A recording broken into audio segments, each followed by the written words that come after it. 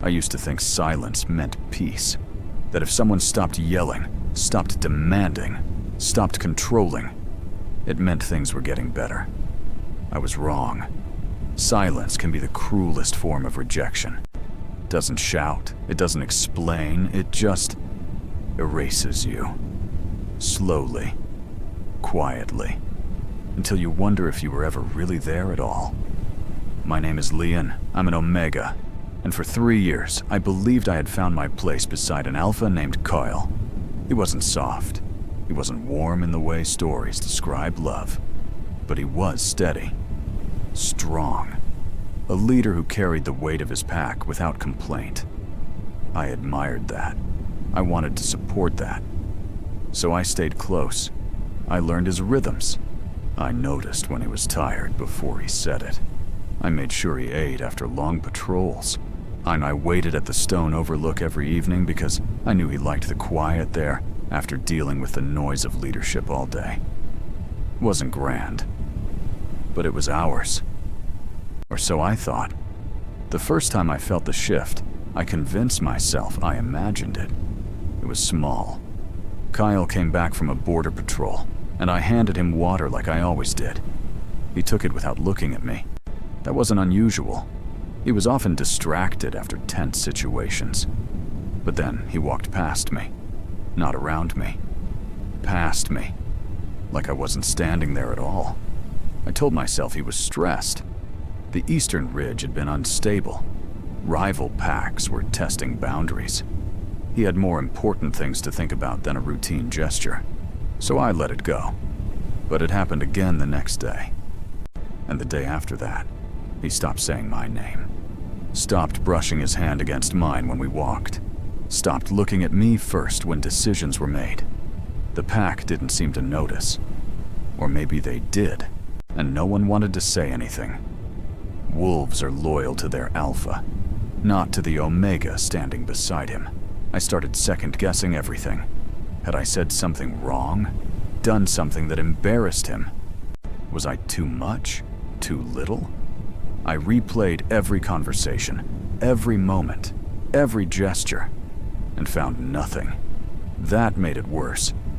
Because if I didn't know what I did wrong, how could I fix it? One evening, I waited at the overlook like always. The sky was the color of bruised plums. The wind carried the scent of rain. Kael arrived late, later than usual. When he saw me, his expression didn't change. No warmth, no irritation, just neutral. "So you shouldn't be out here alone," he said. His voice was calm, controlled, but distant. "I've waited here 100 times," I replied softly. That was different. The words landed like stones. "How?" I asked. He didn't answer right away. He looked toward the horizon instead, toward the forest, toward anything but me. "Things change," he said finally. I felt something crack inside my chest. Not loud, not dramatic, just a quiet fracture. "Did I do something?" I asked, hating how small my voice sounded. "No." "Then why does it feel like you're avoiding me?" His jaw tightened slightly. "You're overthinking." That word became his shield. Every time I tried to talk about the growing distance between us, he used it. "You're overthinking. You're imagining things. You're too sensitive." But I wasn't. And I knew what I felt. And I knew what I didn't feel anymore. Warmth. Inclusion. Mattering. Weeks passed. Kael stopped sleeping in the same space. He said he needed to review patrol routes, that it was temporary. Temporary stretched into a month. When I approached him during pack meetings, he would step aside before I reached him. Not obviously, just enough that I had to stop or look awkward continuing forward. It was calculated, subtle, and it hurt more than any outburst ever could. The other wolves started treating me differently too. Not unkindly, just carefully. Like they were waiting for Kael to clarify my role, and he never did. He just let the silence grow, I started spending more time alone, drawing in the dirt near the southern trees, watching the sky change colors, thought trying to understand what I had become in Kael's eyes. A burden? A mistake? Or just nothing? One night, I couldn't take it anymore. I found him near the training grounds. The younger wolves were sparring. Dust rose around their feet, lit by the fading sun. "Kael!" I called. He turned slowly. His expression was unreadable.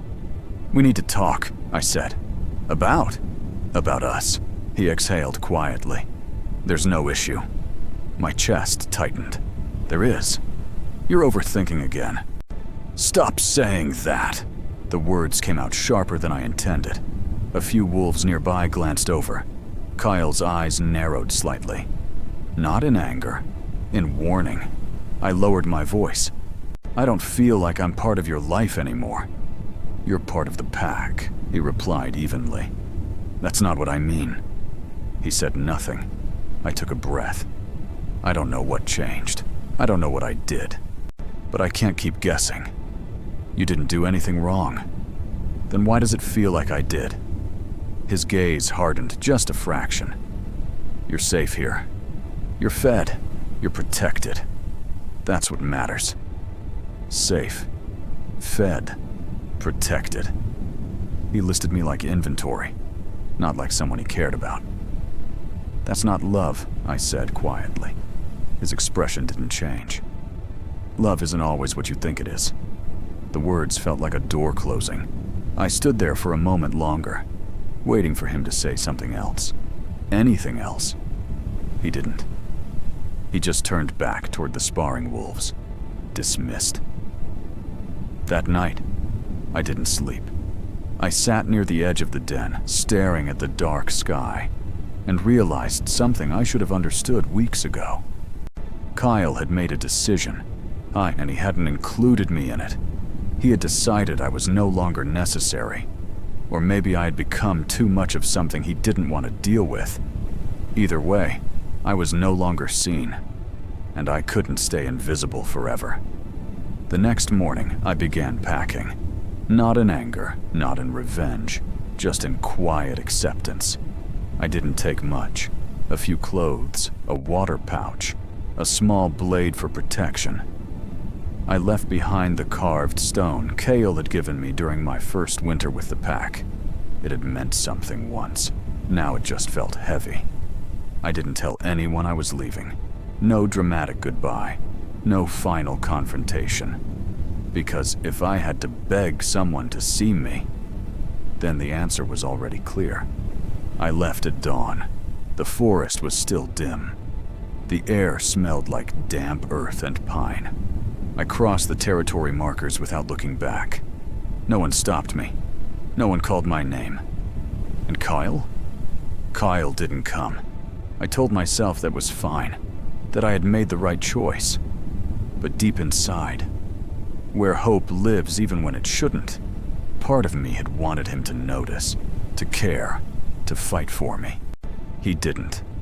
And that, more than anything, was the truth I needed to finally accept.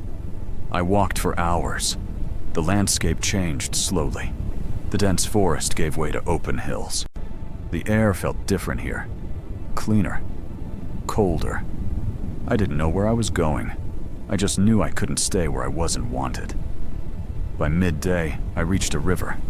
I knelt beside it and splashed water on my face. My reflection stared back at me. I looked tired, sad, but not broken. Not yet. I took a long breath and kept walking. I didn't realize I had crossed into another pack's territory until I saw the boundary stones. They were different from Kael's markers. Smooth river rocks, stacked carefully instead of carved wood. Deliberate, respectful. I should have been afraid. Crossing uninvited into another Alpha's land was dangerous, but I was too tired to care. I sat down on a flat stone near the edge of a clearing and closed my eyes. Just for a moment. Just to breathe. That's when I felt it. A presence, not threatening, just aware. I opened my eyes. A wolf stood at the far edge of the clearing. Tall, broad-shouldered, dark hair that caught the light in shades of ash and amber. His eyes were calm, watchful, but not hostile. "You crossed carefully," he said. His voice was low, steady. I swallowed. "Why, I didn't mean to disrespect your land." He tilted his head slightly, studying me. "You're not here to challenge." It wasn't a question. "No," I said. He took a few steps closer. "Not enough to crowd me, just enough to be seen clearly." "You look like you've been walking for a long time." I nodded. "And you're alone." Another nod. He didn't ask why, didn't demand an explanation, didn't treat me like a threat or a burden. He just said, "You can rest here if you need to." I blinked in surprise. "You don't know me." "I know enough." "How?" "You didn't try to heed. You didn't run when you saw me. And you're exhausted." He crouched down slowly, keeping his movements calm. "What's your name?" "Lian." "I'm Riven." The name settled in the air between us. Simple. Solid. "This is Silver Ridge territory," he continued. "We don't have many wolves, but we take care of the ones who stay." "I'm not asking to stay," I said quickly. "I didn't say you were." He stood and gestured toward the trees behind him. "There's a shelter near the northern stream. You can use it tonight. Rest. Eat. Decide what you want to do tomorrow." I hesitated. Kindness without conditions felt foreign. "Why are you helping me?" Riven's gaze softened slightly. "Because you look like someone who's been carrying something heavy for too long." The words hit deeper than I expected. I looked down. "Thank you," I said quietly. He nodded once. "Come, I'll show you the way." I followed him through the trees. The forest here felt different, less dense. More light broke through the canopy. It didn't feel suffocating. We walked in silence, but it wasn't uncomfortable. Riven didn't try to fill the space with questions. He just walked, and I matched his pace. When we reached the shelter, it was simple but well kept. A small structure built into the base of a hillside, insulated with moss and clay. "It's not much," Riven said, "but it's warm. There's a stream 20 paces east. Food storage is inside." I stepped closer to the entrance. "You're just letting me stay here? For now? What if I'm dangerous?" He looked at me with something close to amusement. "Are you?" "No." "Then there's no problem." It was such a simple answer. No suspicion, no test, just trust. I didn't know what to do with that. "Get some rest," Riven said, turning to leave. "Wait." He paused. "Will I see you again?" He glanced back. "Probably." I checked the northern boundary every few days. Then he left, quiet as he came. I stood there for a moment, staring at the space where he'd been. Then I stepped inside the shelter. It smelled like earth and wood smoke. There was a low sleeping mat, a small fire pit, dried herbs hanging from the ceiling. I sat down slowly, and for the first time in weeks, I felt like I could breathe. Not because I was alone, but because I wasn't being watched with disappointment. I wasn't being measured. I wasn't being dismissed. I pulled my knees to my chest and rested my forehead against them. And finally, I let myself cry. Not loud, not desperate, just quiet. Tired tears that had been building for too long. I cried for the version of myself that had tried so hard to be enough. For the love I thought I had. For the bond I didn't understand was breaking. I cried until I had nothing left. And then I slept. When I woke, the sun was lower. Golden light filtered through the cracks in the shelter walls.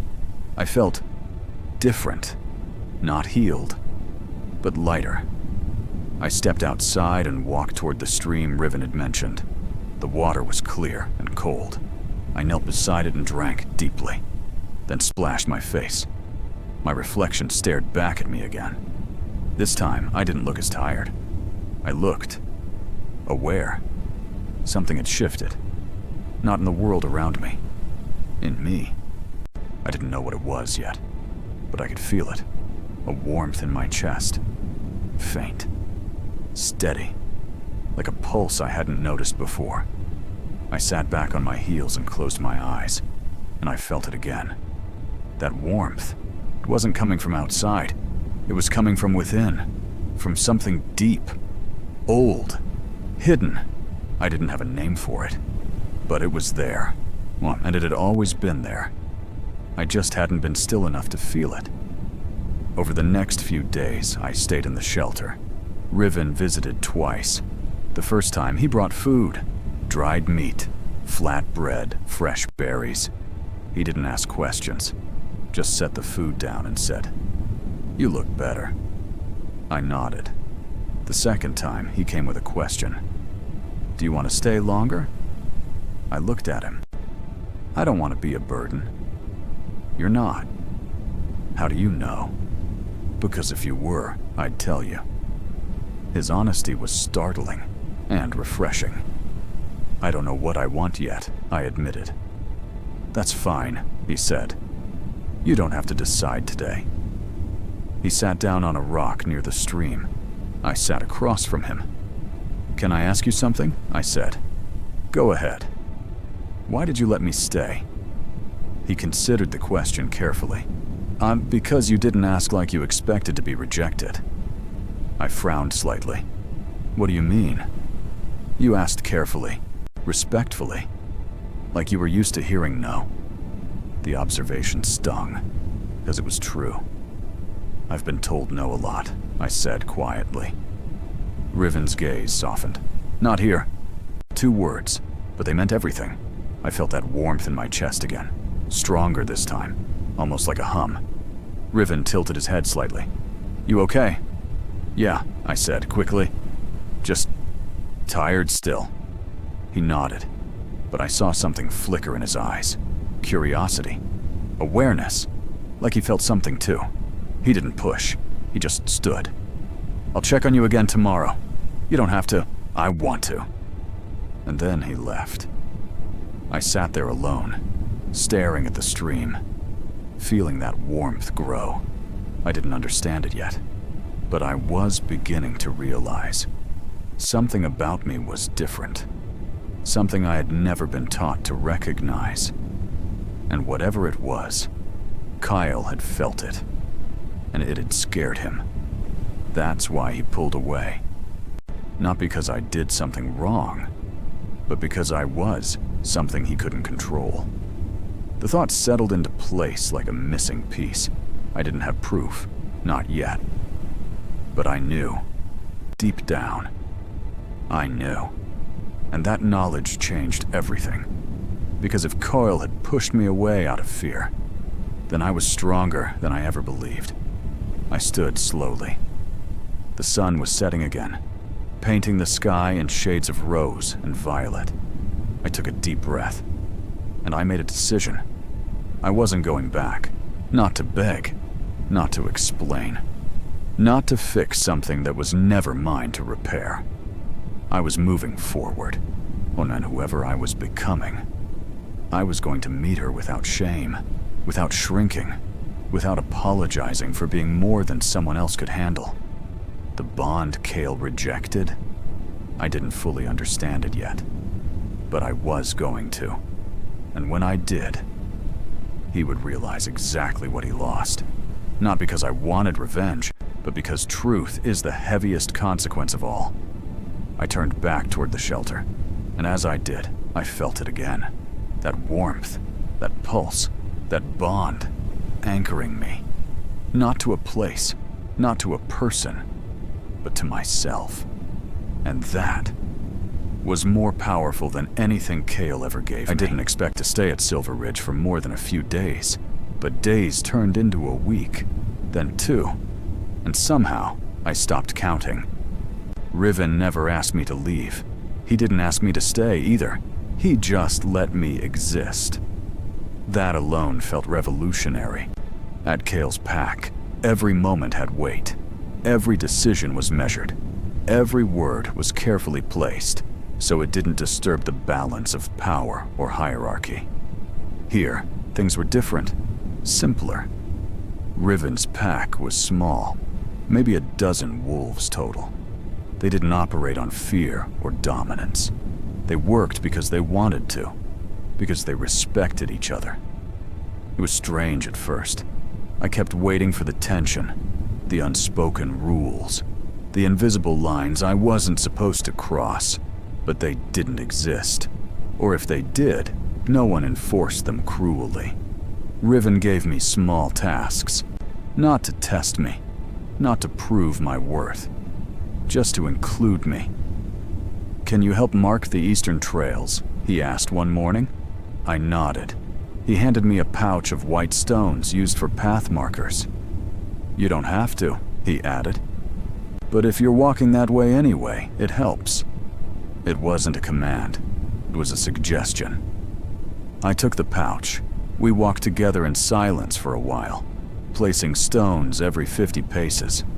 The forest here was different from Kael's territory, more open. The trees were older, their roots thick and twisted like ancient fingers reaching into the earth. Sunlight broke through the canopy in golden shafts. It felt peaceful. "You're good at this," Riven said after a while. I glanced at him. "At placing rocks?" "At noticing," he clarified. "You see where the path turns before I point it out." I shrugged. "I just pay attention." "Most don't." He crouched to adjust a stone that had shifted slightly. I watched him work. His movements were careful, precise, but not rigid. "Can I ask you something?" I said. "Always. Why don't you have more wolves here?" Riven stood, brushing dirt from his hands. "I don't want numbers. I want trust. That's rare. So is peace." He looked at me then, and something in his gaze felt searching, not invasive, just curious. "You feel different," he said. My chest tightened. "Different how?" "I don't know yet." He didn't press further, just picked up his pack and continued walking. But I felt it. That warmth again. The same pulse I'd felt by the stream. It was stronger now. And it wasn't just inside me anymore. It was between us. I didn't understand it, but I couldn't deny it. That night, I couldn't sleep. I lay on the mat in the shelter, staring at the ceiling, replaying Riven's words. "You feel different." Kael had felt it too. I was sure of it now. That's why he pulled away. Not because I wasn't enough, but because I was something he didn't know how to handle. I sat up slowly, pulling my knees to my chest. What was I? I wasn't stronger than other Omegas. I wasn't faster. I didn't have any special skills, but something about me affected the alphas around me. I just didn't know what, or how. A soft knock on the doorframe startled me. "Lian." It was Riven. I stood quickly. "Is something wrong?" "No," he said. "I saw your light still burning. Thought you might be awake." I stepped outside. The night air was cool. Stars scattered across the sky like scattered seed. Riven leaned against a tree, arms folded loosely. "Can't sleep?" he asked. "Too much in my head." He nodded. "I get that." We stood in silence for a moment. Then he spoke again. "I've been feeling strange lately." My heart skipped. "Strange how?" "Clearer," he said. "Sharper. Like something that was fogged over is finally lifting." I swallowed. "And you think that has to do with me?" He met my eyes. I didn't at first, but the timing matches. I looked away. "I don't know what I am," I admitted. "I don't know why this happens. Has it happened before?" I thought of Kael, of how strong he seemed when I was near, of how I always thought it was just him being a good alpha. "Maybe," I whispered. but I didn't realize it until now. Riven stepped closer, not intimidating, just present. "Do you feel it too?" he asked quietly. I nodded. "Like a warmth," I said. "In my chest. It gets stronger when you're near." He exhaled slowly. "I feel it too." The confession hung between us, fragile, real. "I don't want to use you," Riven said firmly. "Whatever this is, I won't take advantage of it." Tears pricked my eyes, not from sadness, from relief. Because Kael never said that. He just took. And when it became too much, he pushed me away. "Thank you," I whispered. Riven's expression softened. "You don't have to thank me for being decent." "Maybe not. But I will anyway." He smiled faintly. Then he stepped back. "Get some rest. Tomorrow I want to show you the northern ridge." "Why?" "Because I think you'll like it." He left before I could ask anything else. I stood there under the stars, feeling that warmth spread through me again. And for the first time, I didn't fear it. I wanted to understand it. The next morning, Riven led me north. The terrain grew rockier, steeper. We climbed for over an hour before reaching the ridge. When we did, I stopped breathing. The view stretched endlessly. Rolling hills covered in forest. A river winding like a silver ribbon through the valley. Mountains in the distance, their peaks dusted with early snow. "Beautiful," I whispered. "I come here when I need perspective," Riven said. We sat on a flat stone near the edge. The wind was gentle, the sun warm on my skin. "I've been thinking," Riven began. I looked at him. "There are old stories," he continued, "about Omegas who carried bonds that didn't just connect. They anchored." My breath caught. Anchored? They stabilized alphas, made them clearer, stronger, but only if the bond was built on trust. He turned to me. "And if the bond was broken, the alpha would weaken," I finished. Riven nodded slowly. "You think that's what I am?" I asked. "I think it's possible." I sat back, processing. "Kael felt it," I said. "That's why he pulled away." "Maybe he didn't know what it was," Riven offered. "Or maybe he didn't want to need me." Riven was quiet for a moment. "Some alphas see dependence as weakness," he said carefully. "They think strength means standing alone." "Do you think that?" He looked at me directly. "No. I think strength is knowing when to lean on someone, and trusting them enough to do it." The warmth flared in my chest, stronger than ever. Riven felt it too. I saw it in the way his breath hitched slightly. "There it is again," he murmured. "I'm sorry." "Don't apologize." His voice was firm but kind. "This isn't something you're doing wrong, Lian. It's something you are." Tears blurred my vision. What if I don't know how to control it?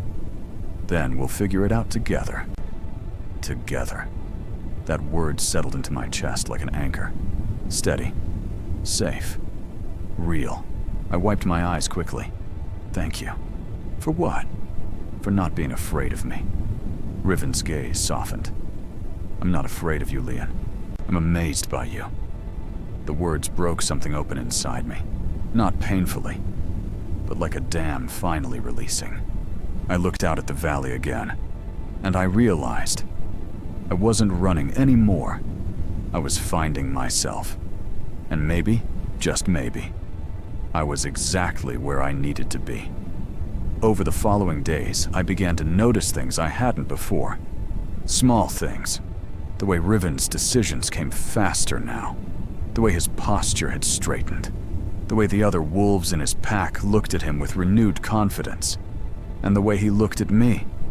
Not with ownership. Not with expectation. But with quiet gratitude. Like I had given him something without even trying. One afternoon, I was helping a younger wolf named Iris organize the food storage.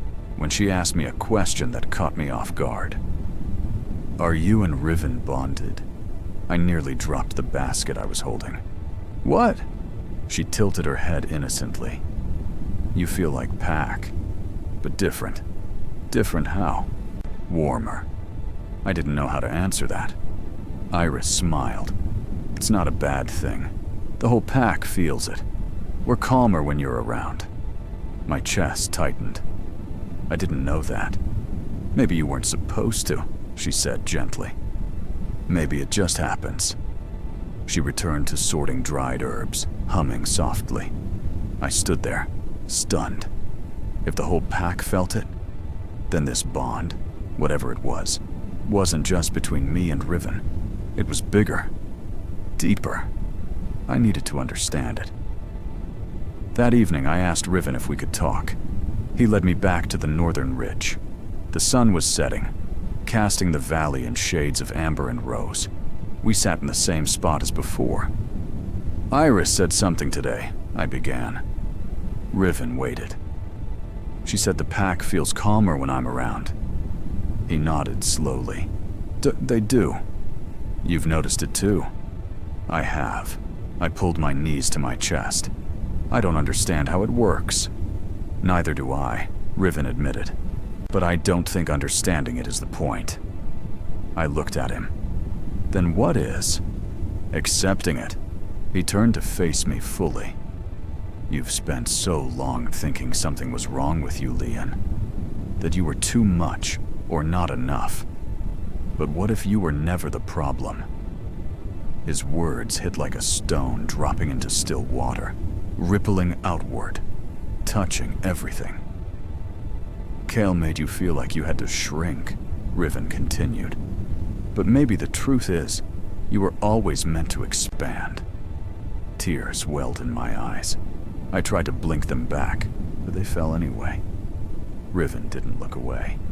He didn't tell me to stop. He just let me feel. "I was so afraid," I whispered. "Team, that I'd done something wrong, that I wasn't worth keeping." "You were worth keeping," Riven said firmly. He just didn't know how. I wiped my face with the back of my hand. "And you do?" He hesitated, then said, "I'm learning." The honesty in his voice made my heart ache in the best way. "I don't want to be a burden to you either," I said. "You're not." "How do you know?" "Because when you're near, I don't feel weaker.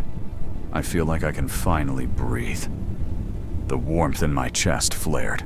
Bright, steady, undeniable. Riven sucked in a sharp breath. "There," he murmured. "I felt that. I'm sorry. Stop apologizing." He reached out slowly, carefully, and placed his hand over mine. The contact sent a jolt through me. Not painful, just alive. "It's not something to apologize for," he said quietly. "It's something to trust." I looked down at our hands. His was larger, rough from work, warm. Mine was smaller, trembling slightly. But together, they felt balanced. "I've never trusted anything about myself," I admitted. "Then start now." I met his gaze, and in his eyes I saw something I hadn't seen in a long time. Belief, not in what I could do for him, but in who I was. "Okay," I whispered. "Okay. I'll try." Riven smiled. It was small, but real. "That's all I'm asking." We sat there as the sun dipped below the horizon, painting the sky in deep purples and blues. And for the first time since leaving Kael's territory, I felt whole. That night I dreamed. Not of Kael, not of the past, but of light. Warm, golden light that pulsed in rhythm with my heartbeat. It spread outward from my chest, flowing like water, touching everything around me. Trees grew taller, flowers bloomed, wolves stood stronger, and in the center of it all, I stood. Not small, not invisible, but radiant. When I woke, the warmth in my chest was still there, steady, constant, like a second heartbeat. I sat up slowly, touching my sternum. "What are you?" I whispered to myself. The answer didn't come in words, but I felt it. Anchor, stabilizer, bond. I was a bridge between strength and peace, and I'd been running from it my whole life. The next morning, Riven found me by the stream. "You look different," he said. "I feel different. Good different." I nodded. He sat beside me, close but not crowding. "I need to tell you something," he said. My stomach tightened. "What?" "A messenger came early this morning, from the Eastern Territories." I went still. "Kael's pack," Riven nodded. "They're asking about you." My heart pounded. "What did you say?" "That you're here by choice, and that I won't force you to leave." Relief washed over me. "Thank you. But there's more." I looked at him. "Kael is weakening." The words hit me like a physical blow. "What?" "He's slower, less focused. His pack is starting to notice." I felt a strange mix of emotions. Guilt, anger, sadness. "Is it because of me?" Riven's gaze was steady. "It's because he broke the bond." "But I didn't even know." "It doesn't matter if you knew. The bond existed, and he rejected it." I stood, pacing slightly. "So what happens now?" "That depends on you." I stopped. "On me?" Riven stood as well. "He'll come for you eventually, and when he does, you'll have to decide." "Decide what?" "Whether you go back, or whether you stay." My throat tightened. "I don't want to go back." "Then don't." "But if he's dying..." "He's not dying," Riven interrupted gently. "He's weakening. There's a difference." "Can it be reversed?" "Maybe, if the bond is rebuilt. But that takes time. And trust." I looked down. "I don't trust him anymore." "Then you have your answer." I met Riven's eyes. "What if he tries to force me?" Riven's expression hardened. "He'll have to go through me first." The protectiveness in his voice made my chest ache. Not from fear, from safety. "I don't want you to fight because of me," I said. "I won't be fighting because of you. I'll be fighting for you." The distinction mattered. I stepped closer. "Why?" I asked quietly. "Why do you care this much?" Riven's gaze softened. "Because you make me want to be better. Not stronger. Better." Tears pricked my eyes again. "I don't know if I'm worth all this." "You are." "How do you know?" "Because I feel it every time you're near." The warmth flared between us again. Stronger than before. Almost tangible. Riven inhaled slowly. "That," he murmured. "That's how I know." I didn't know what to say. So I did something I hadn't done in a long time. I trusted my instinct. I stepped forward and wrapped my arms around him. He stiffened for just a moment. Then his arms came around me. Firm. Steady. Safe. I pressed my face against his chest and let myself feel it. The bond. The warmth. The quiet, undeniable truth. I wasn't broken. I was powerful. And I was exactly where I was supposed to be. Far away, in a territory I no longer called home. Kael stood at the edge of the overlook, alone. The wind was colder than he remembered. His body felt heavier, his thoughts slower. He had ignored it at first, told himself it was stress, fatigue. But deep down, he knew. The bond he rejected was taking its toll, and the Omega he pushed away was the only one who could fix it. He clenched his fists. Pride told him to stay silent, to suffer alone. But desperation whispered a different truth.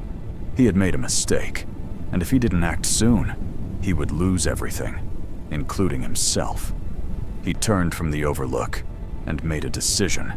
He would go to Silver Ridge. He would find Lian, and he would bring him home, no matter what it took. I knew Kael would come.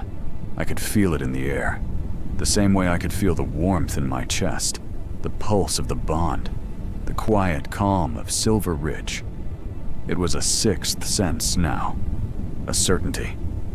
Riven noticed it too. He started increasing patrols, spending more time near the shelter. Not because he was afraid, but because he wanted to be ready. I tried to stay calm. I told myself I had nothing to fear, that I was stronger now, that I had made my choice. But when the day came, my hand still trembled. It was midday. I was helping Iris hang laundry when I saw him. Kael stood at the edge of the clearing, alone. No backup, no threats, just him. He looked different, paler, slower. The confident alpha I had once known was gone. In his place was a man who looked tired, desperate. Iris stopped hanging clothes, and her gaze fixed on Kael. "Lian?" she asked quietly. I nodded. "I'll handle this." I walked toward him slowly. Riven was already beside me before I reached the edge of the clearing. "You don't have to do this alone," he said. "I know." Kael's eyes locked onto mine. "Lian," he said, his voice breaking slightly. "Kael." He took a step forward. Riven shifted subtly, placing himself between us. "Stay back," Kael said sharply. "This is my territory," Riven replied calmly. "You're not welcome here." "I'm not here for you," Kael said, his gaze never leaving me. "I'm here for Lian." "I'm not yours to take," I said firmly. Kael flinched. "I know I made a mistake," he said. "I was wrong. I should have told you the truth." "The truth about what?" He hesitated. "About the bond," he said finally. I felt it. That warmth. That clarity. I didn't know what it was. I was afraid of it. I thought it made me weak. My chest tightened. "You could have asked me," I said softly. "You could have talked to me." I was scared, Kael admitted. I didn't want to need anyone, especially not an Omega. The words stung, but not as much as they would have before. "Needing someone isn't weakness," I said. "It's human." Kael looked down. I know that now. He looked up again, his eyes pleading.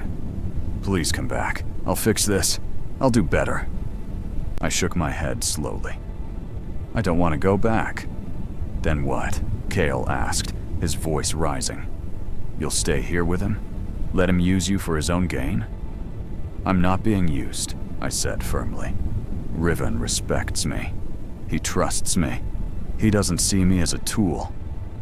Riven spoke then, his voice calm but firm. "If you truly care about him, Kael, you'll let him choose his own path." Kael's gaze snapped to Riven. "This isn't your business." "It is now," Riven replied, "because he's my pack." The word pack hung in the air. Not ownership, not control, but belonging. Kael's face flushed with anger. "You don't know what you're doing," he said. "If you break the bond, you'll weaken too." "I won't break it," Riven said, "because I won't reject it." Kael looked back at me. "Please, Lian, don't do this." I met his gaze. "I'm not doing anything to you," I said. "I'm doing something for me." "I need you," Kael whispered. "I needed you too," I said. "When you pushed me away, when you made me feel invisible, when you broke the bond without even trying to understand it." Kael was silent. I took a deep breath. "I'm not going back," I said firmly. "I'm staying here, with Riven, with the pack, because this is where I feel seen." Kael's shoulders slumped, defeated. He looked at me one last time. "I'm sorry," he said quietly. "I know."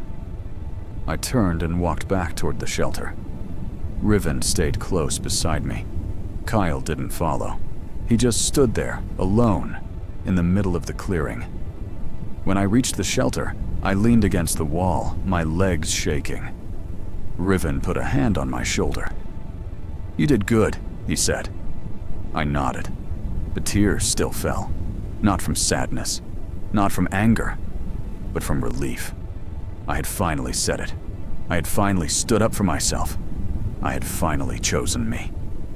That evening, Riven brought me to the northern ridge. The sky was dark, stars scattered across it like diamonds. We sat in the same spot as before. "You okay?" Riven asked. I nodded. I never thought I would be able to say that to him. "You were stronger than you realized," Riven said. "I was scared," I admitted. "I know." He wrapped his arm around my shoulders, pulling me close. "You don't have to be scared anymore," he said softly. I leaned my head against his chest, listening to his steady heartbeat. The warmth in my chest flared, bright, steady, alive. Riven sighed contentedly. "There it is," he murmured. I smiled. "I think I finally understand it," I said. "Understand what?" "The bond," I said. "It's not about being strong or weak. It's about balance, about trust, about two people choosing each other." Riven kissed the top of my head. "You're right." We sat there in silence for a long time, watching the stars, listening to the wind, feeling the bond pulse between us. And for the first time in my life, I felt truly home. The days after Kael's visit were quiet. Not the heavy kind of quiet I was used to. The peaceful kind. The kind that comes after a storm passes and leaves the air clean. Riven didn't ask me to talk about what happened. He didn't push. He didn't analyze. He just stayed.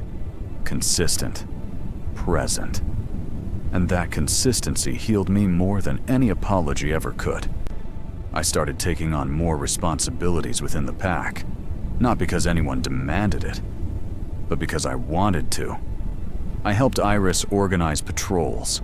I taught the younger wolves how to track animal paths. I mapped new trails through the Northern Territory. And every day, I felt that warmth in my chest grow a little steadier, a little brighter, a little more certain. The pack felt it too. Iris told me one morning that the younger wolves were sleeping better, that arguments happened less often, that decisions felt clearer. "It's you," she said simply. I shook my head. "It's not just me. It's all of us." She smiled. "Maybe. But you're the center of it." I didn't deny it anymore, because denying what I was had cost me too much already. One afternoon, Riven called a pack gathering. Nothing formal, just everyone sitting together near the fire pit. He stood and looked at each wolf carefully. "Lian has been with us for several weeks now," he began. I felt every pair of eyes shift to me. He came here alone, tired, hurt, not knowing what he was. My throat tightened. But since he arrived, this pack has changed. He looked at me. "We're stronger, clearer, more connected." The wolves murmured quietly in agreement. Iris smiled warmly. "I'm not saying this because of the bond," Riven continued. "I'm saying this because of who he is." He crouched slightly so our eyes were level. "Lian, you are not a guest here anymore." My breath caught. "You are pack." The words broke something open inside me. Not painfully, beautifully, like sunlight breaking through clouds after weeks of rain. The wolves around us shifted closer, not crowding, just acknowledging, welcoming. Iris placed her hand on my shoulder. A younger wolf named Taro grinned at me from across the fire. And Riven extended his hand. I took it. His grip was firm but gentle. "You belong here," he said quietly. "Not because of what you can do, but because of who you are." Tears fell. I didn't wipe them this time. I let them come. Because these tears weren't from pain. They were from acceptance. From finally understanding that I didn't have to earn my place. I just had to be myself. "Thank you," I whispered. Riven squeezed my hand.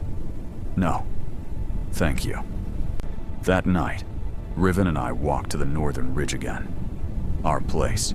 The stars were impossibly bright. We sat in familiar silence for a while.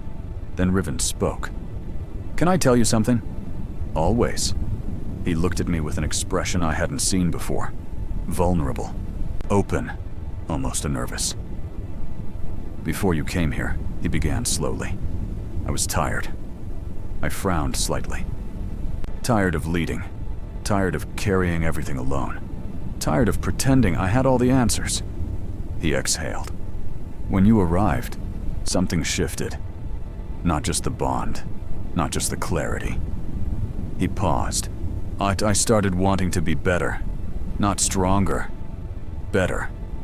My chest ached with warmth. You made me remember why I became an alpha in the first place, he continued. Not for power. Not for control. But to protect something worth protecting. His eyes met mine. You're worth protecting, Lian. I couldn't speak. The warmth between us pulsed like a living thing. Bright, steady, unbreakable. I leaned closer. He met me halfway. Our foreheads touched gently. Nothing dramatic. Nothing rushed. Just two people choosing each other in the quietest, most honest way possible. I'm not going anywhere, I whispered. I know, he replied. And I believed him. Meanwhile, far from Silver Ridge, Kael returned to his territory alone. His wolves watched him enter the camp without speaking. No one asked what happened. His expression said enough. He walked past the training grounds without stopping, past the food stores without eating, past the overlook without looking. He entered his den and sat in the darkness, alone. The bond he had broken was gone now. And with it, the strength he once took for granted. He had gone to Silver Ridge expecting Lian to return, expecting the bond to snap back into place, expecting things to be the way they were. Instead, he found someone he didn't recognize, someone stronger, calmer, someone who didn't need him anymore. That was the real punishment. Not weakness, not losing his pack's respect, but knowing that the person he pushed away had become everything he feared. Independent, powerful, free. Kael lowered his head, and for the first time in his life, he understood.